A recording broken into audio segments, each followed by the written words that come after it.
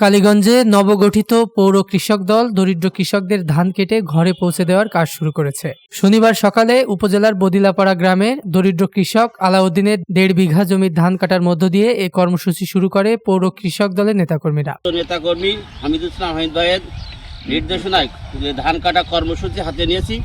বলিদাপাড়া 6 নম্বর ওয়ার্ডের আলাউদ্দিনের, উনি একজন গরিব মানুষ, তিনি লোন পাচ্ছে না, কৃষক পাচ্ছে না, তাই আমরা কৃষক দল তার ধানটা কেটে দিচ্ছি, যাতে আমরা বিনা পয়সায় তার ধানটা আমরা কেটে দেবো, এই আশা নিয়ে আমরা কৃষক দল মাঠে নেমেছি।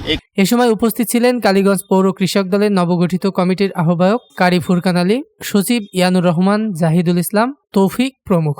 পৌর কৃষক দলের আহ্বায়ক কারি ফুরকান আলী জানান, আমরা দরিদ্র চাষিদের ধান কেটে ঘরে পৌঁছে দিচ্ছি। অনেক চাষি আর্থিক সংকটের কারণে ধান কেটে ঘরে তুলতে পারছেন না, তাই আমরা এই কর্মসূচি শুরু করেছি।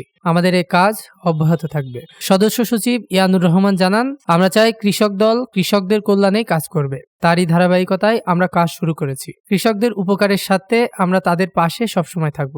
ডেস্ক রিপোর্ট, দৈনিক রানার।